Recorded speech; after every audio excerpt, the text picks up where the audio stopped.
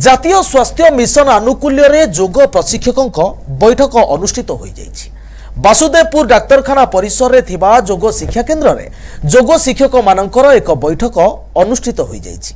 जिला सभापति सुरेश कुमार नायकों अध्यक्षतार राज्य कोषाध्यक्ष रमाकांत पाणिग्राही, ब्लॉक संयोजक रंजित कुमार विश्वाल, सह संयोजक दीप्तिकांत नायक और विष्णुचरण मिश्र प्रमुख उपस्थित थिले। बैठक रे जोग शिक्षक मानकर 30 दिन कार्य दिवस तथा पारिश्रमिक वृद्धि नहीं आलोचना होइथिला।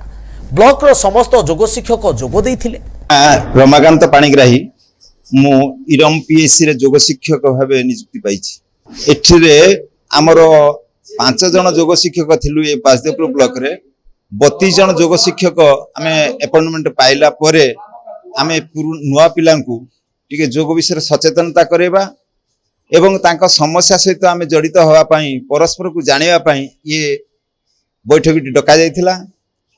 आम माने मध्य सचेतन हेलु जे राज्य संघ रे आमे आम समस्या नै कि उपस्थापन करिवु। मो बासुदेवपुर ब्लॉक रे समस्या थिला जोगी मानकर से विषय रे मध्य आज आमे मीटिंग करथुलु। से विषय रे आलोचना मध्य कलु जे जे जहा जहा अछि समस्या ताको आमे सीडीएम लेवल ले समाधान करिवु। ता सहित आमे राज्य रे आमे से विषय रे मध्य किछ आलोचना करिवु आउ जहा जहा समस्या अछि से समाधान करिवु। मोना जानकलता नायक मु जोग शिक्षक भाबे 2025 पाइछि जो सब सेंटर हेल्थ सेंटर रे कमारगांव कियापड़ार पाइछि। किंतु मोर गोटे आम मानकर गोटे बर्तन सरकार पाखरे निवेदन हमर अछि जे आमे तो जो टीचर भार पाइलु किंतु सेटा सफिशिएंट माने 8टा मात्र ड्यूटी पाइछु। आथरको प्रत्येक ड्यूटी को 600 लाख टका आमे पाउछु।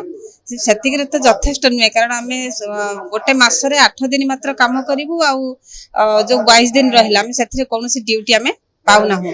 तेणु आमे चाहूछु हमको 30 दिन जाक कार्य दिया जाऊ और से अनुसार पारिश्रमिक मध्य दिया जाऊ।